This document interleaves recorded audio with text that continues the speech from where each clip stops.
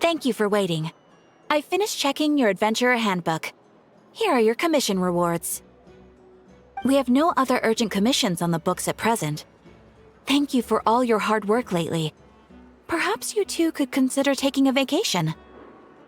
Amazing! Paimon never thought we'd end up having downtime in Nod-Krai. Things were pretty hectic when we first got here. Everywhere you looked, it was either the Wild Hunt causing chaos or the Fatui stirring up trouble. It felt like this whole region was one giant slime in a barrel, ready to go boom at any moment. Sure have. Things were looking pretty dicey, but in the end, we managed to turn it around. Whoa! Paimon just got deja vu! Oh, that's right. It's because we've done this like a million times now. Ah, yes. Are you two aware that the Moon Prayer Night is soon to take place? Oh, yeah! Llama told us that was coming up soon. Wait, why do you mention it, though? Do people in Nasha Town celebrate it, too? Paimon thought it was just for Moon Goddess worshippers. You're partially right. Most people in Nasha Town just see the festival as an opportunity to do business. They do not concern themselves with the religious element. The festival was first celebrated by the Frost Moon Scions. On this day, they would wear moon prayer blossoms and celebrate the birth of the Moon Goddess through song and dance. They would also prepare food and handicrafts and give them as gifts to others. Over time, it became Nod-Krai's most lively festival. Oh, sounds like fun! Great! Well, in the meantime, since Catherine doesn't have any commissions for us, let's focus on some personal business instead. When we first got here, you mentioned that this was where your spaceship landed? We didn't get to follow up on it at the time, because we got wrapped up in that whole rare situation, but now we can finally start investigating it properly. Well, there's a saying Paimon's heard around these parts, which goes, if you lift up a rock, you'll find something you weren't looking for. By that logic, you'll never find what you're looking for while you're searching, but the moment you stop looking, it'll jump right out at you. Could be worth a try though, right? Anyway, Paimon suggests we focus on other stuff we want to do for now, and just keep an ear out for spaceship-related intel as we go.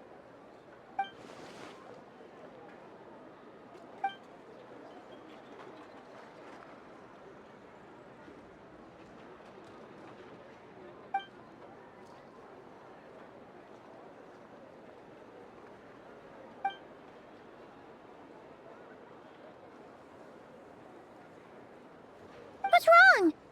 You look super serious all of a sudden. Huh? Paimon gets why you'd be concerned about Columbina, but what does the doctor have to do with anything? Oh, that's true. And now that you mention it, we're definitely overdue for a showdown with the Fatui. It is weird that he hasn't shown himself this whole time. What could he be up to? True. Paimon would much rather deal with Marionette anyway. She says the meanest things, but when it comes down to it, she doesn't seem like a bad person. Maybe it's the pressure of being a Fatuse? Especially as a Harbinger. Does she feel like she's gotta act tough to keep up appearances or something? But then, every time we headed out with Rarier, she always wound up having to repair Polonia and her other robots. That's gotta sting. Losing face always hurts more for people who care a lot about their image. She's probably still furious about it. What? Relax! She's not even here! Huh? What's the matter? Oh, nothing. Sorry, we'll be on our way now. Where are we again? Oh yeah, Columbina? Right, yeah, let's go see Columbina.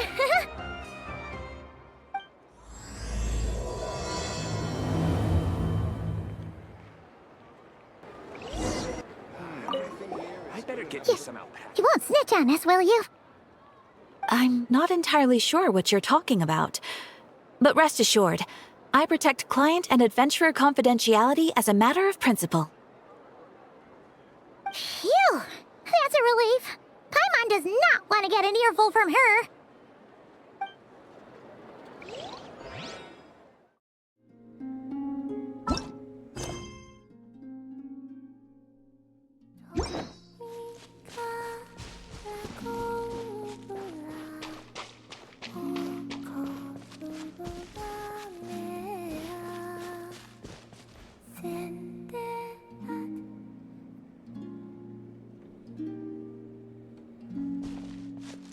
Hey, she's sitting up!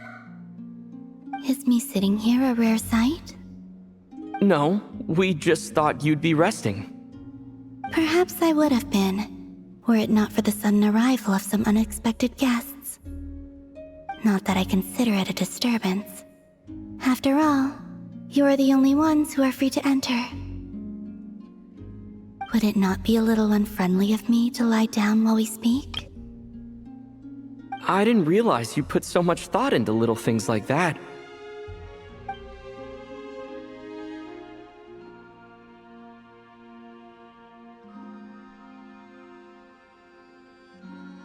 Only sometimes.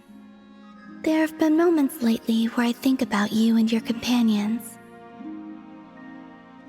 They are warm, mysterious, and cozy memories. Very few of my past memories are anything like that. They say that travelers return home bearing bags full of souvenirs. But my luggage was empty, and I believed it would stay that way. Return home? So, you're still planning on returning to the moon? Yes. This planet continues to reject me, reminding me that I do not belong here. If I remain in Teyvat, there will come a day that I disintegrate.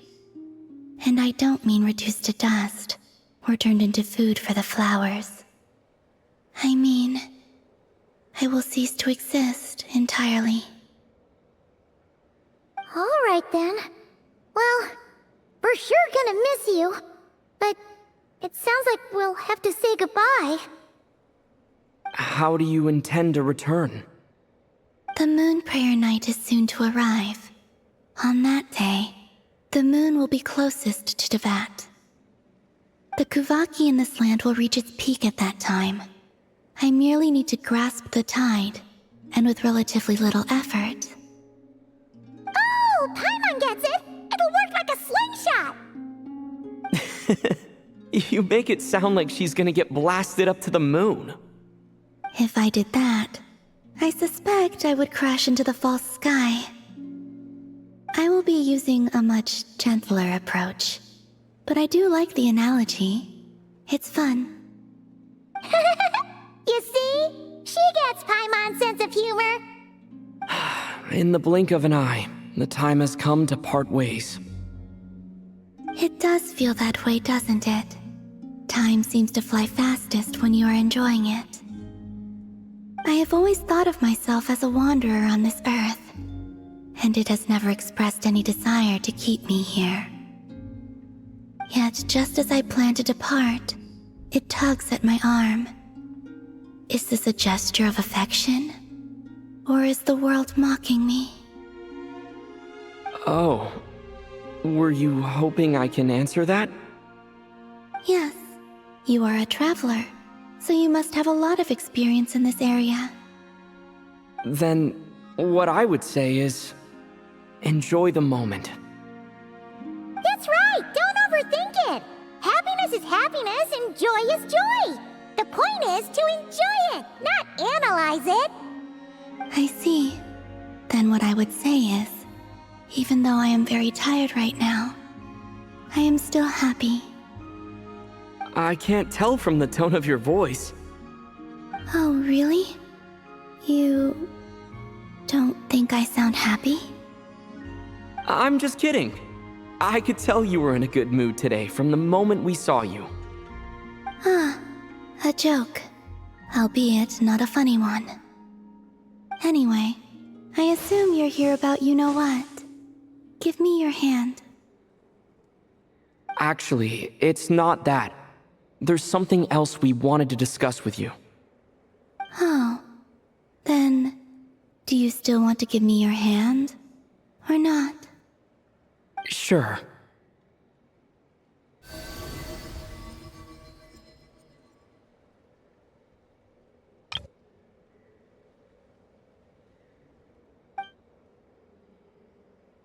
Thank you. So, I've heard that in the Moon Prayer Nights of the past, people here would hold celebrations in the Moon Goddess's honor. Since you helped so much in our fight against the Rehir of Solnari, I think you deserve a farewell party before you return home. I haven't asked everyone else for their opinions on this yet, but I'd like to invite you to join the upcoming Moon Prayer Night. I've never joined a moon prayer night before.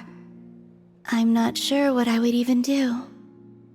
Oh, don't worry about that. We take care of everything. All you need to do is show up. Of course, there's no need to force it if you're not feeling strong enough.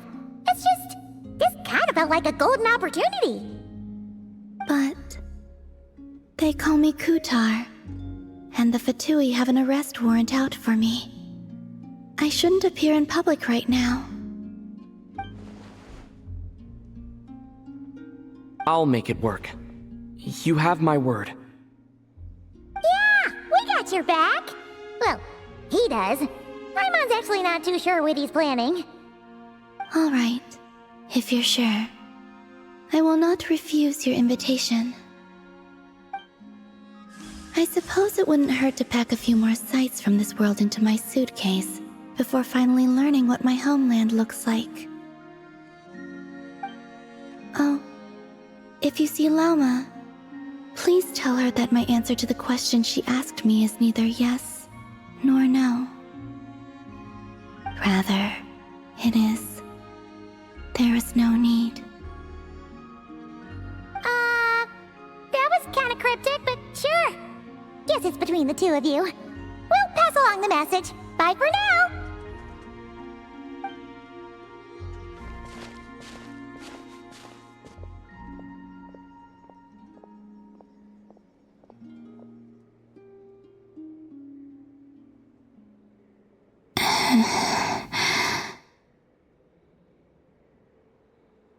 And also, I do not know.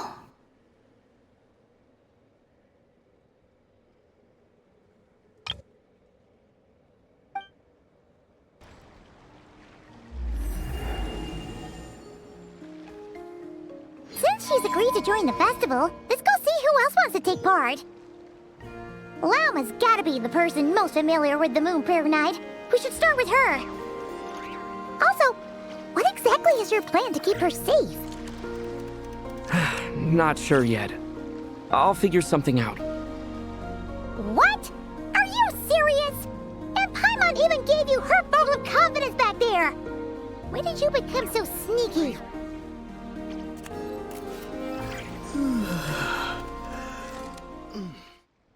Hey, Lauma! It's us! Huh?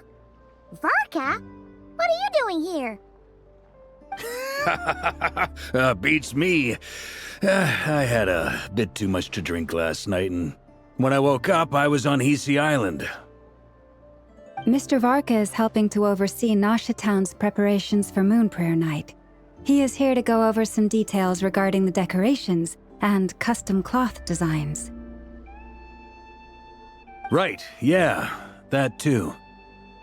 What do you mean, that too? Yes, celebrating this festival is a long-held tradition here in Nod-Krai.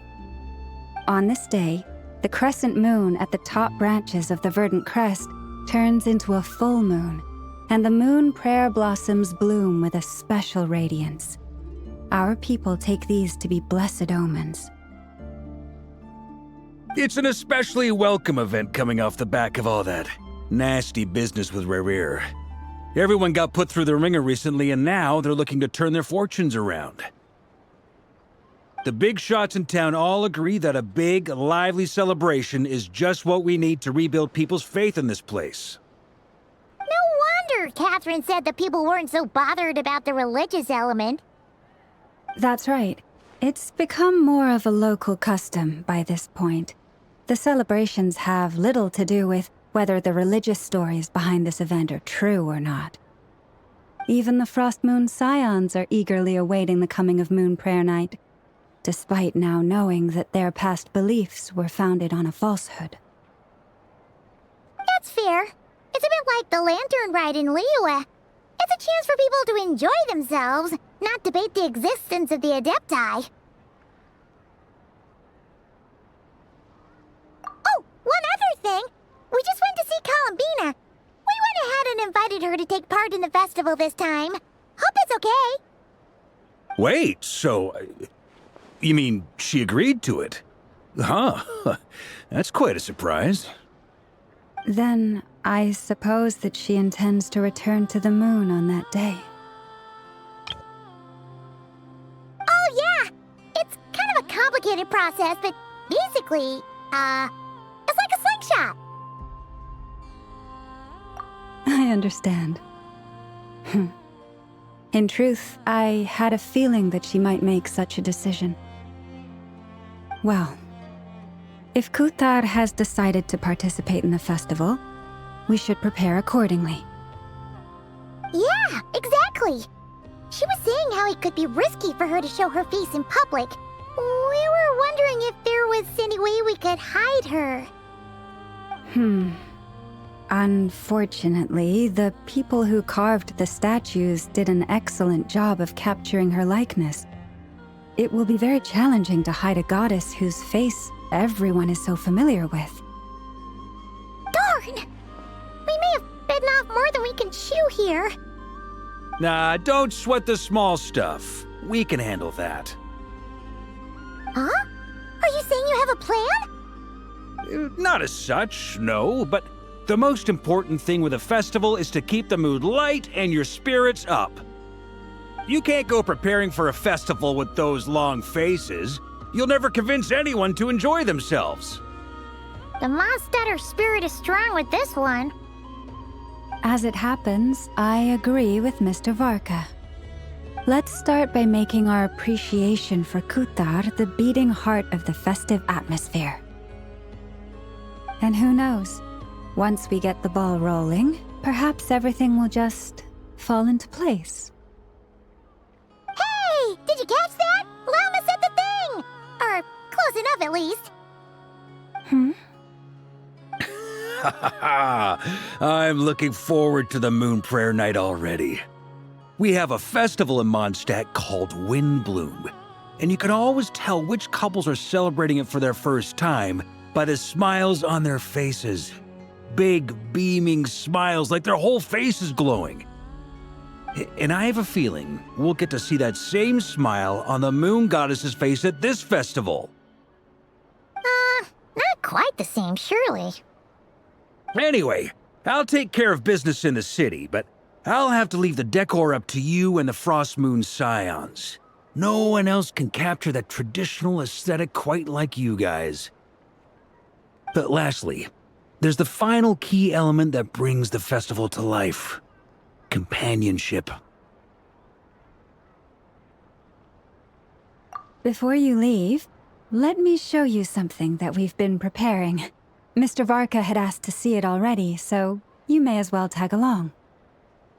Also, I have some further questions about Kuthar's decision.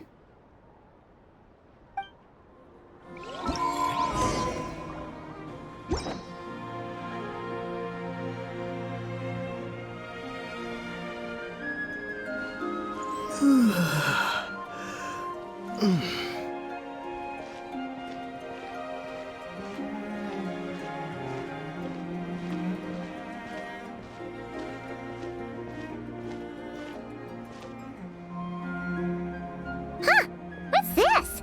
They sure look like they're having fun. I believe so.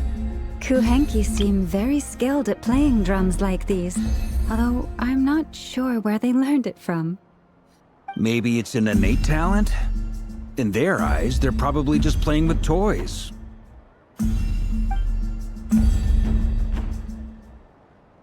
Swanatar! You want to play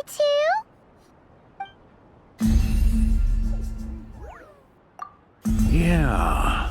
She looks more confused than anything. Maybe we can teach her next time if we get the chance.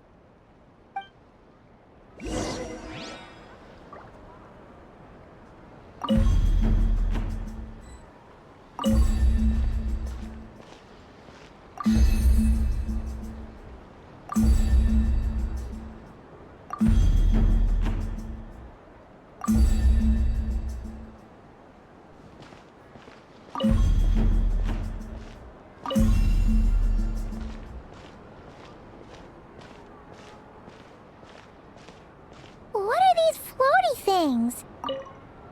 Moon veils.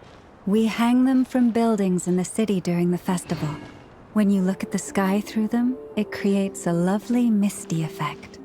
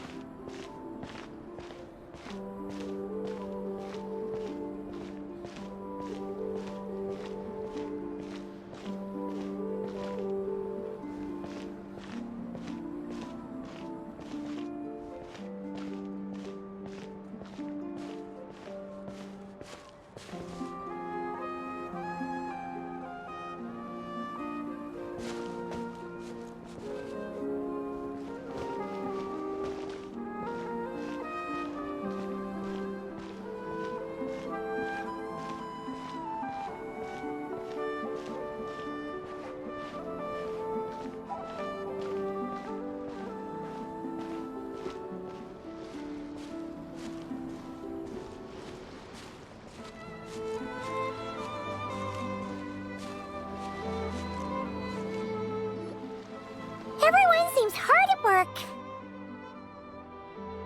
They are preparing items for Moon Prayer Night.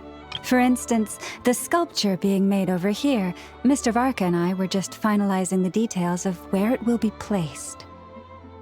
Ah, there she is. I didn't know the finished article would be so large. Not to worry, though. All the necessary arrangements have been made. Just let me know once it's ready, and I'll get some people to ship it over. You have my thanks. And over here, we are preparing a very traditional confection. Oh, look at all these colors! It looks great! Can Paimon try one? Of course. I have a feeling you'll like it a lot. You bet! Sweets and treats are Paimon's favorite. If you included those in the Feast of the Moon, I bet Paimon would have joined the Frost Moon Scions by now. There will also be verdant crests like this present in Nasha Town during the festival. The timing of Moon Prayer Night is not completely set in advance. We make a rough estimate, then observe the changes in the verdant crests and moon prayer blossoms to guide us. As such, the wait itself is a fun feature of this particular festival.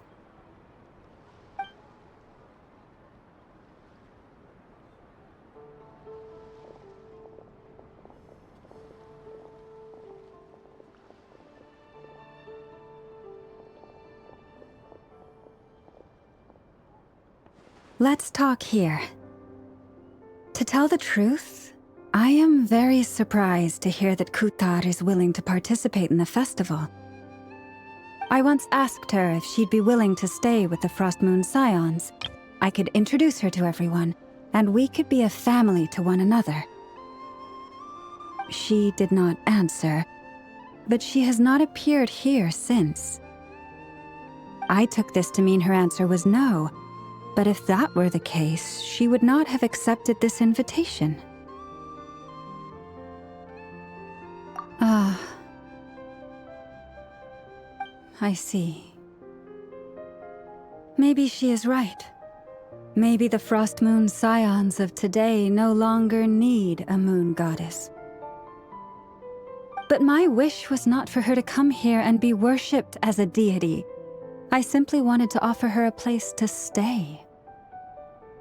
I'm sure she believes that showing herself here might invite Fatui intervention, and as such, she does not wish to cause us trouble. But what really pains me about all this is that this is her birthplace. She ought to belong here, yet no one has been able to grant her shelter. I think I'm qualified to weigh in here. When someone's about to depart on a long trip, what they need is blessings, not burdens. We should wish her the best, not make the journey harder than it already is. Anyway, she's agreed to attend, hasn't she? All we need to do is simply respect her decision. I see your point. Yes, she will soon depart after all. Our job is to leave her with some happy memories. Besides, who's to say her journey to the moon is a one-way trip? It's not like she can't come back and visit if she wants, right? Paimon agrees wholeheartedly. Festivals are all about having fun, so let's keep it simple. All right, I'm gonna head back to Nausea Town soon. Want to come with? I'm guessing you have some other folks to visit there. Sure thing, let's go! Bye for now, Wilma! Thank you all. Goodbye.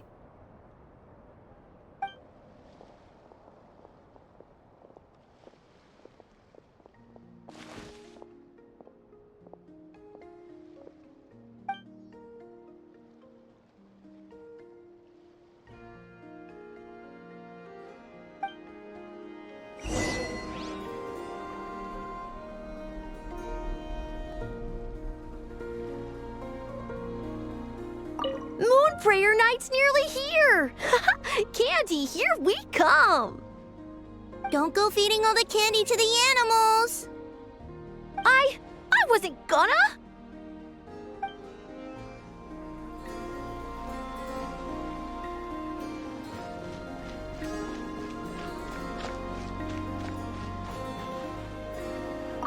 The frame is done, and I've got a nice new set of tools. Yeah, this is looking good.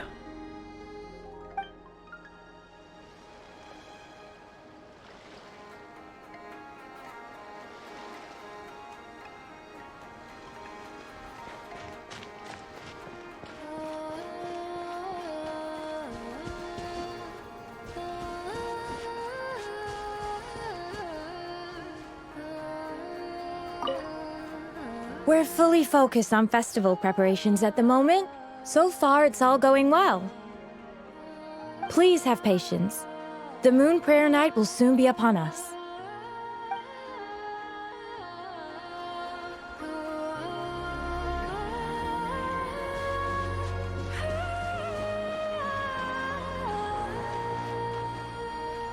Oh, this moon veil doesn't seem translucent enough. I think I should take it down and work on it some more.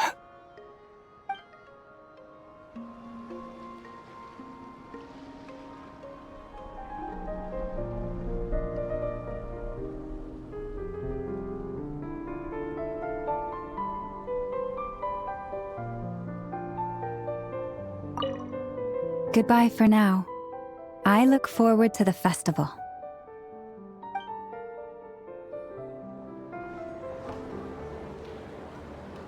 Huh? Hey, over there! It's Durin and Albedo with Flints! What could they be chatting about? Your guess is as good as mine. Ah, Grand Master, and the Traveler and Paimon. Hello there. It's been a while. Perfect. We have some new volunteers for our investigation. Wait, let me guess. The righteous Lightkeepers are finally ready to hunt down the Abyssal Dragon? Haha. Yes, that too. Yeah, right! Oh, wait! Why does everyone keep saying that too? Well, to be precise, the facts match, but not the causality. Wait, so I guessed right? honest with yourself. Maybe I can explain. We ran into Mr. Flint's north of Nosha Town. At that time, we just noticed a few abyssal creatures out in the wild, but the strange thing was, I didn't detect any traces of abyssal energy on them at all. On closer inspection, we realized that they were not real monsters, but something akin to reflections in the water, or perhaps a mirage. Huh? What do you mean? Like, you could see them but not touch them? Exactly. It was very peculiar. They roared and tried to attack us, but we could not make any physical contact with them. I think I've heard of things like that happening in Nod-Krai before, but I don't know much about it. Yes, it's a known phenomenon. Mirage-like illusions tend to appear in Nod-Krai in the run-up to Moon Prayer Night. From a distance, they appear quite real. I myself thought that Misters Durin and Albedo were locked in battle with abyssal monsters when I first arrived. But after sharing intel and investigating a little further, we can confirm that these illusions are harmless. There is no great cause for concern. All the Mirage stories I've heard are either animals, rocks, or small houses. Abyssal monsters, though? That's a first. It's a first for me, too. So I'm planning to look into it further just to be on the safe side. I intend to inspect a few more locations. What about you two? Any plans? Alice contacted me a few days ago. She'd like me and Durin to assist her with an experiment.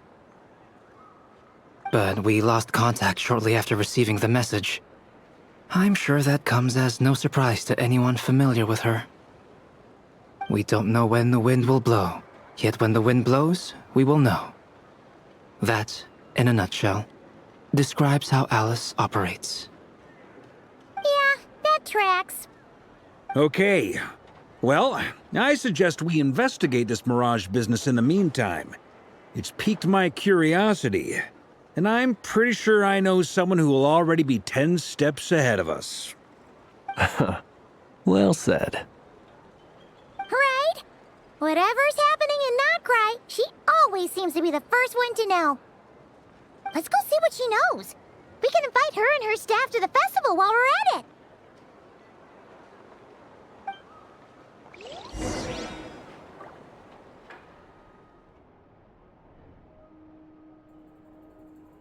You're right, I have noticed. There's certainly something a little fishy about this situation. Only a little, though. Records indicate that this phenomenon can occur in the days before and following Moon Prayer Night. That said, it has always been a rare sight in the past. The odds of encountering these phantoms are similar to looking up in the night sky, happening to see a shooting star, and managing to make a wish before it disappears. But this time, either everyone's getting lucky, or they're appearing far more frequently than usual. Yehoda's out gathering intel as we speak. In the meantime, let me check off some points of interest. First, the Abyss. The ones we saw seem to be abyssal monsters. Indeed. But we have identified one location where many more of them have made an appearance. And not just monsters, but human phantoms, too. Given the scale and nature of the phantoms, it's almost as if someone's last memories are coming to life. Or perhaps the memories of multiple people. Oh. So you mean the phantom monsters are hunting down the phantom humans? Exactly. The phantoms can interact with each other, but we have no means of intervening. In addition, some of the human phantoms would seem to be from the very distant past. This is clear both from the clothing they wear and the stories they tell. They claim to be from Hyperborea, a name which I've heard from Lauma before. If this is true, it means they must be from 6,000 years ago. Did Paimon hear that right? 6,000 years?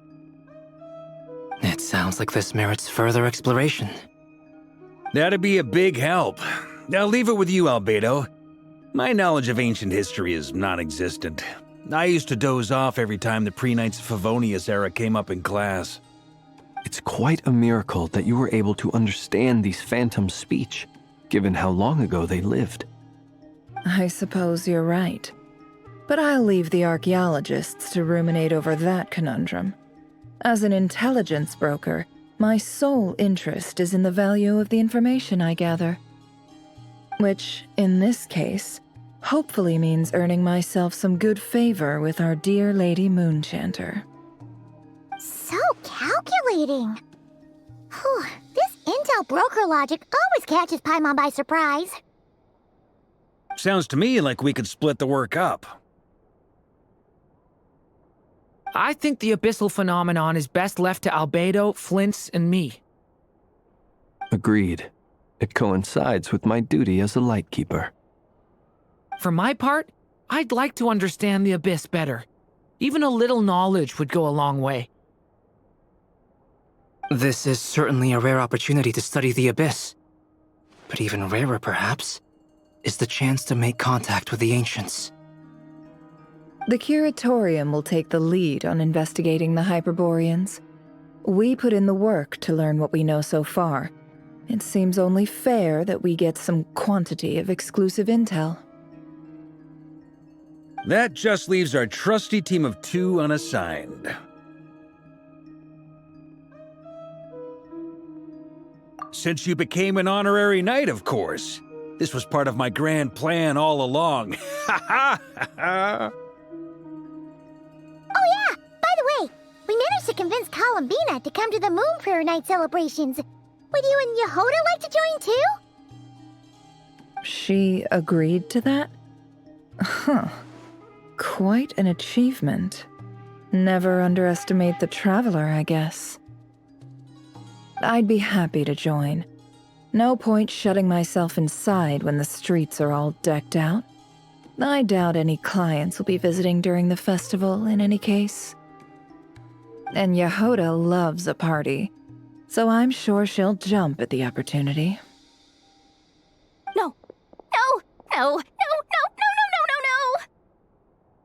no! Way to contradict me in front of... Wait, no, that's not what I have bad news, boss! So many people.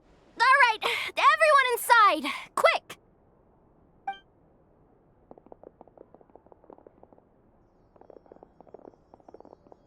This is gonna sound crazy, but hear me out. I saw one of those phantoms at Star Sand Shoal, and it was some sort of flying ship. Like a spaceship? That's gotta be the one you came to Tibet in. You said you saw the same thing through the moon marrow, right? Huh? You already know about it? Ugh, I thought I was gonna blow people's minds. Turns out I'm the last to find out. Wait, back up. You came here in a spaceship? Now my mind is blown! What's it like on the inside? Was it like flying through space? I want to know everything!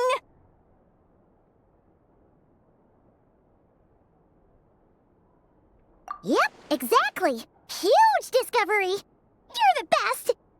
Second best intel broker in the world. After your boss, of course. Wow. Really? Well, I don't know if I'm all that, but... I guess that decides where we're heading next.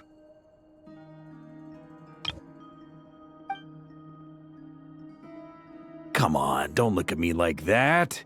I know the spaceship doesn't have anything to do with me, but you don't want to leave me as the only one twiddling my thumbs, do you? Please? Fair enough. You can tag along. In that case, let's meet back here to discuss our findings once we're done. I wish everyone a productive investigation. You too.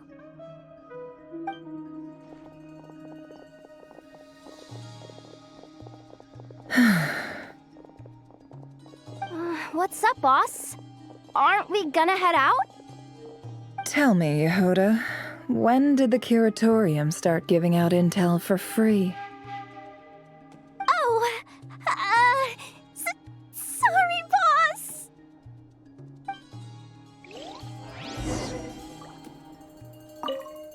We can't unshare information any more than water spilled on sand can be put back in the bucket. I'll just have to balance the books some other way. Please, boss. There's gotta be another way. Who knows? Depending on what they find, maybe this will work in our favor. Please don't find me. Please.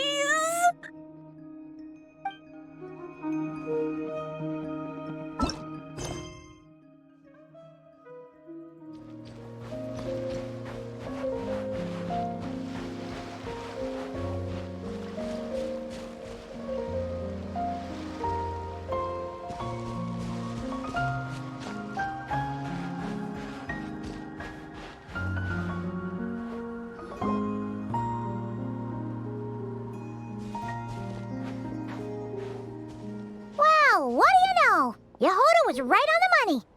This Phantom really is your spaceship. But that's so weird. Why would it show up here? Is it some kind of projection? Or a ghost?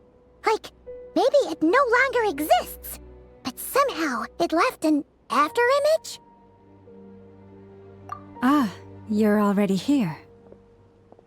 Miss Lauma, what a surprise. I thought you were busy with festival preparations. I was, until one of our people informed me that a strange sight had appeared at Starsand Shoal. No one's ever seen something quite like this before. I thought I should see it for myself.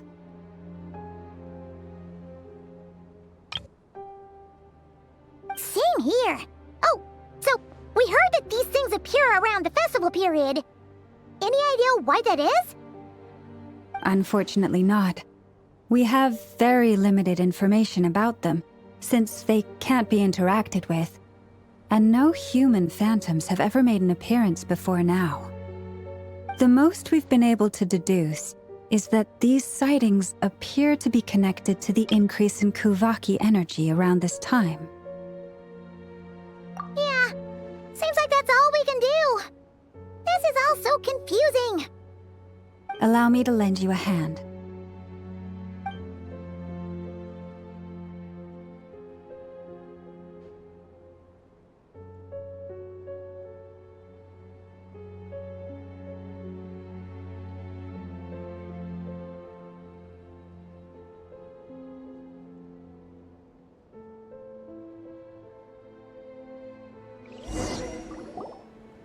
Everyone, our friend here should be able to provide us with some information. Is that a phantom rhymehorn deer? I've heard about how the Frost Moon Scions live in harmony with the animals and can even communicate with them. That's coming in handy now, for sure. Okay. Yes, I understand. Then how about this?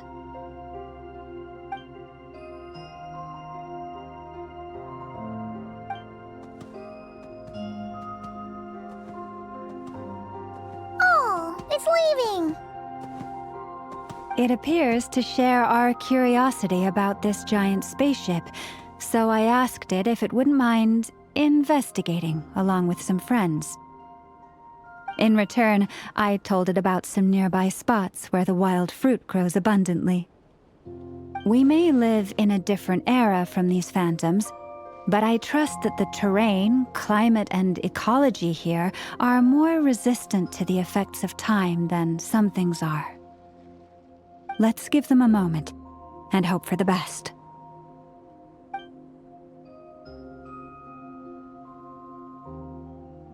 All back together? Must have been a lot of fruit. Indeed. Now let me ask them some questions.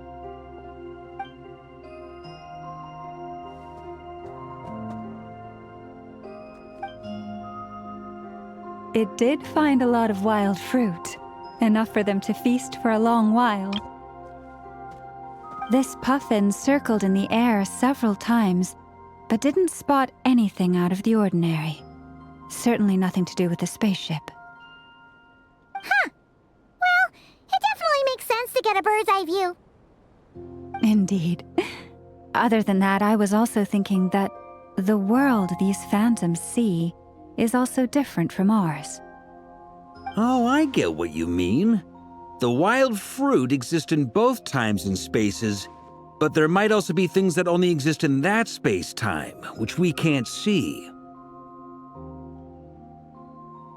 Good point. Great thinking, Llama.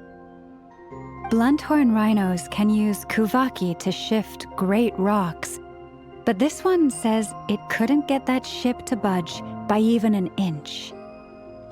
The sniffer mole tried too, but despite being a skilled digger, it could not get through.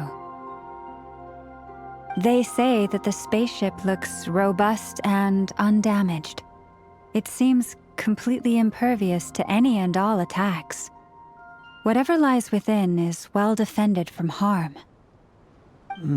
So, just like us humans, there was nothing they could do about this spaceship either. Yes, still, they deserve our thanks. We are grateful for all your efforts, dear friends. Now go, and enjoy your feast.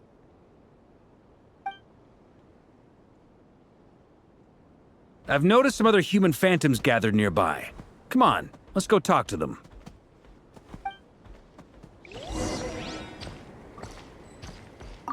Those illusions and those people. It's all a little creepy, don't you think? Nah, all part of the festive atmosphere.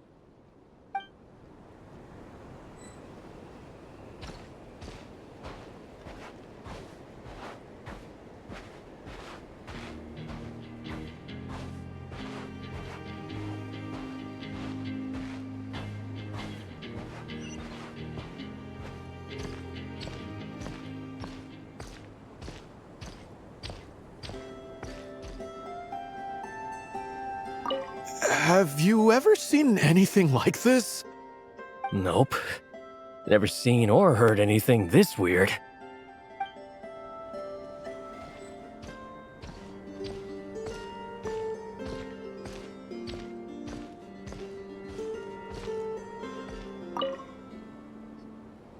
What is this thing? I've never seen it move, and there's no way to get inside. Goodness knows. My grandpa says it's been sitting here at least since his grandpa was still alive. What about his grandpa? Did he say anything to your grandpa's grandpa about it? Huh? I don't know. In all likelihood, it was here back then too. Hard to imagine something this huge could move. Guess that means that as far as they're concerned, this ship's been around a long time.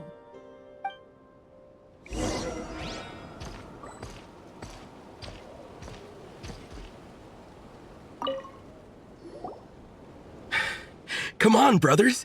If we can get even a small chunk off of this thing, it's gotta be worth a fortune. Today is the day we strike it rich.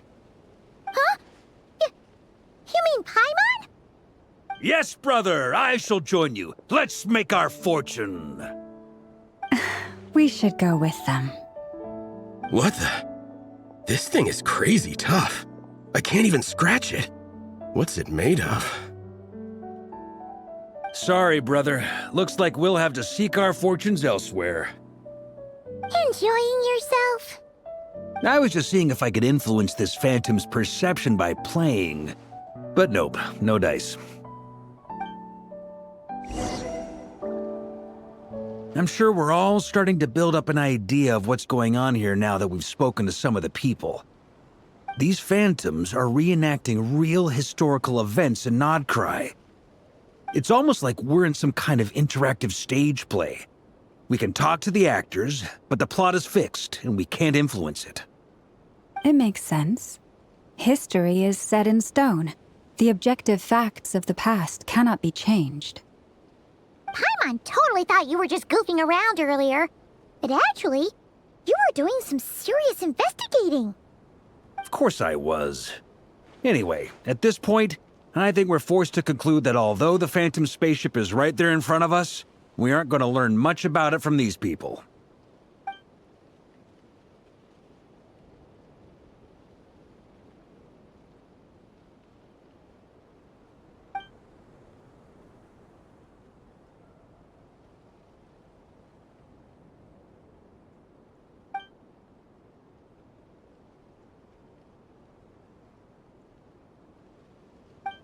Don't be discouraged. If nothing else, this is proof of the ship's existence. And think about it. So many people tried to hack their way inside, but no one could get the door open. It's made of very tough material. To me, that says that we'll either find the ship itself or the story behind it. It's just a matter of time. Huh. Every now and then, when Varka gets serious, he actually does seem like Grandmaster material for once. I wonder how the others are doing. Let's head back for now. Sounds good. Also, drinks are on me if Team Knights of Favonius is the first to finish. Wait, we have a team name now? Am I in Team Knights of Favonius as well? You're very welcome to join. We've even got a cathedral ready for you. Isn't that technically blasphemy? You wouldn't dare make a joke like that if Barbados was in earshot. Nah, I'm sure Barbados doesn't mind a little harmless blasphemy once in a while.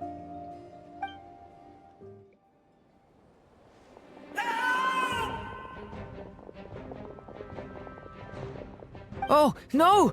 Get away! Oh.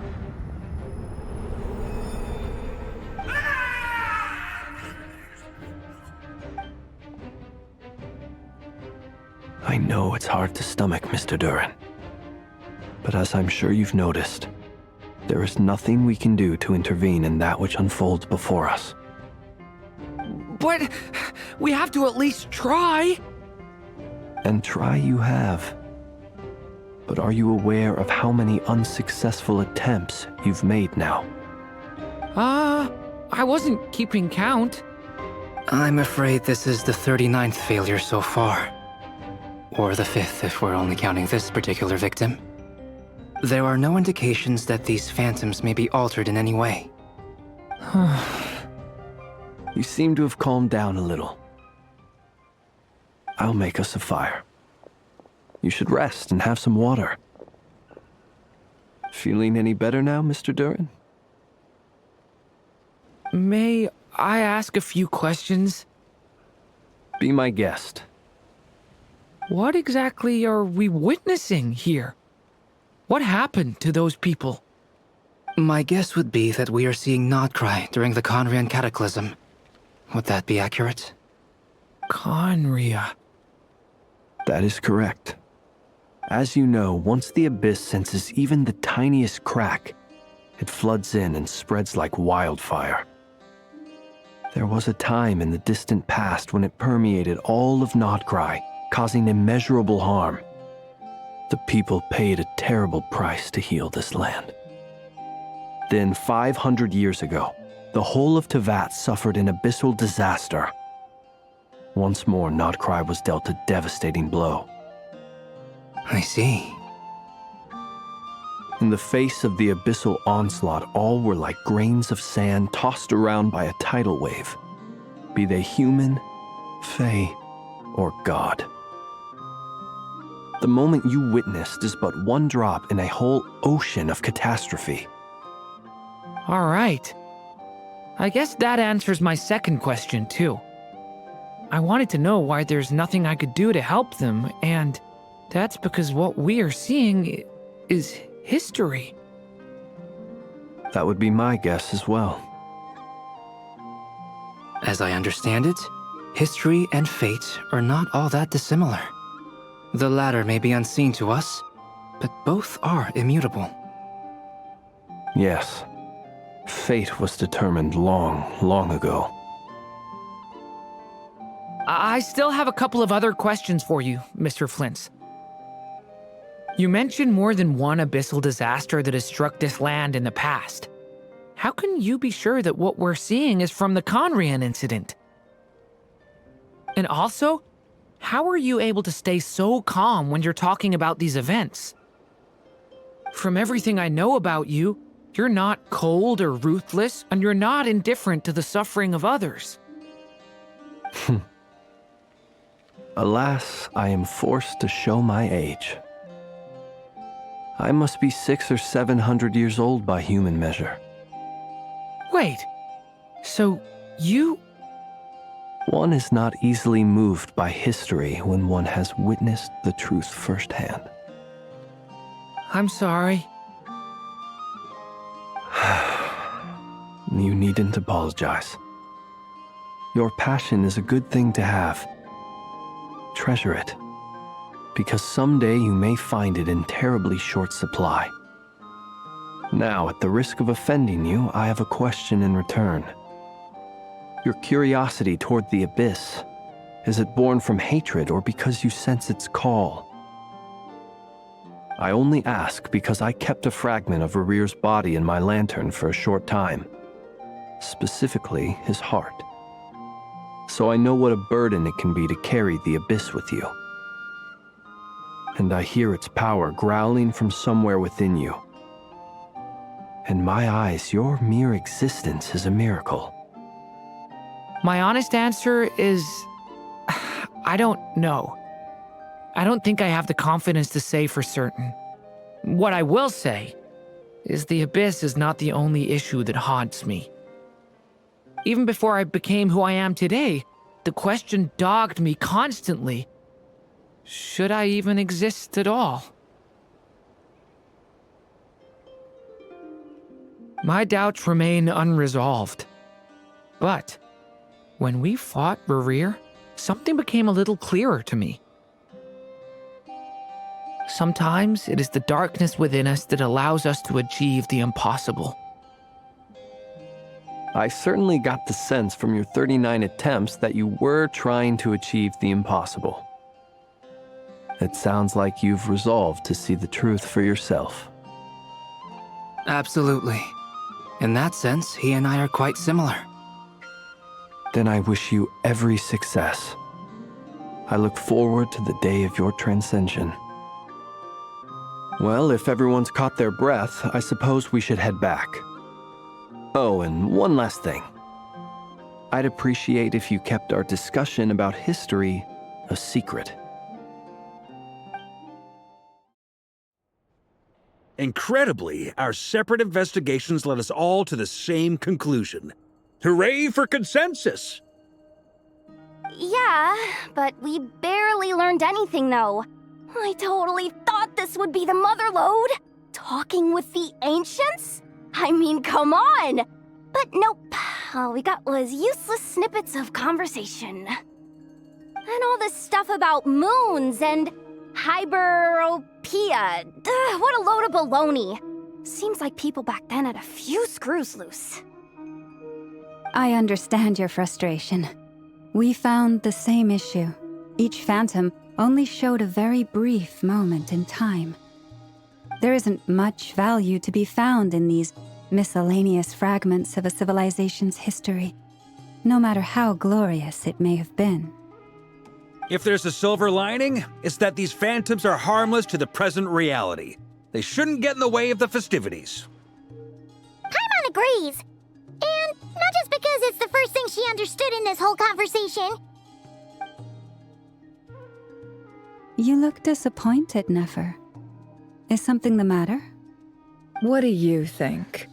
We all worked our tails off, but the only one to gain anything from it was you, Lady Moonjanter. Well, please do share the Hyperborean records with me. I will gladly inscribe them in our people's documents. Oh, duh! Yeah! That was it! Hyperborea! Hyperborea. I'm serious. Only an expert in the Frostmoon Scions and their history can turn these records into valuable research material. The alternative is to let them gather dust on the Curatorium's storage shelves until the pages turn yellow. Nefer, you're wise enough to know that cooperating and sharing the profits is the best course of action here. Well, that goes without saying. Sure, let's do that. Huh? But didn't you say we aren't supposed to give out intel for free? Sorry. Shutting up. Now is not a good time to push Nefer's buttons. Anyway, back to Moon Prayer Night. I'm thinking that we should prepare something a little special, aside from the usual decorations and so on. You mean a parting gift? Can't go wrong with food. Although, does food go bad on the moon? Perhaps a lantern would be a better choice. It might be dark up there. It could prove difficult to light a lantern on the moon. Magical stones might serve that purpose better. What about a clockwork mecha model from Fontaine? I've got a whole bunch at home. I use them for fighting practice in my free time. None of these sound like things she would be even remotely interested in. But we don't interact with her enough to know what she likes. Yeah. It would really save us the guesswork if someone could find out what she's into. Wait, what the? Traveler? They're all looking at you. Great! Haha, problem solved. Now, I need to stop by Dory's. Gonna need her help sourcing a bunch of stuff for the festival. Then let's leave it there for now. We all have our own business to attend to. Traveler, if you find out what Kutar likes, let us know right away.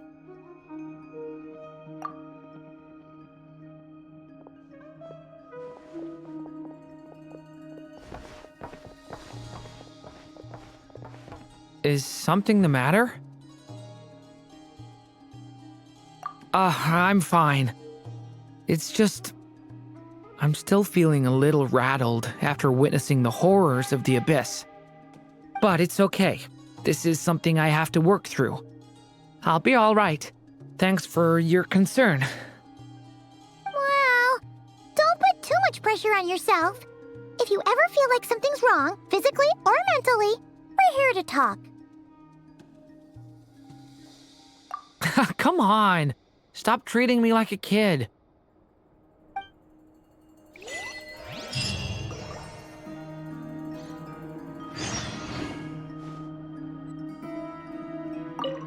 You should get going. It's important that we ascertain what Kutar likes.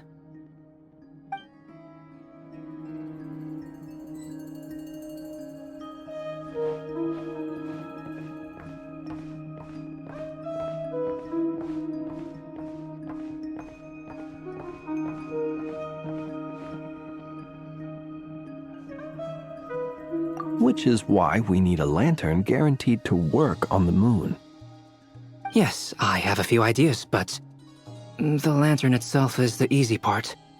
The real issue is how little we know about the lunar environment. Wait, you two are serious about this? Let's just say I'm intrigued by these shining magical stones that Mr. Albedo has mentioned.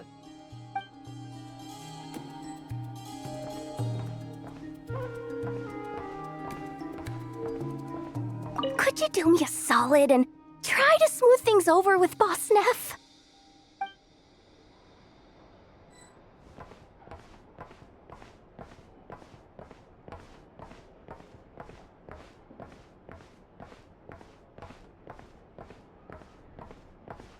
Miss Lauma, would you accompany me into town?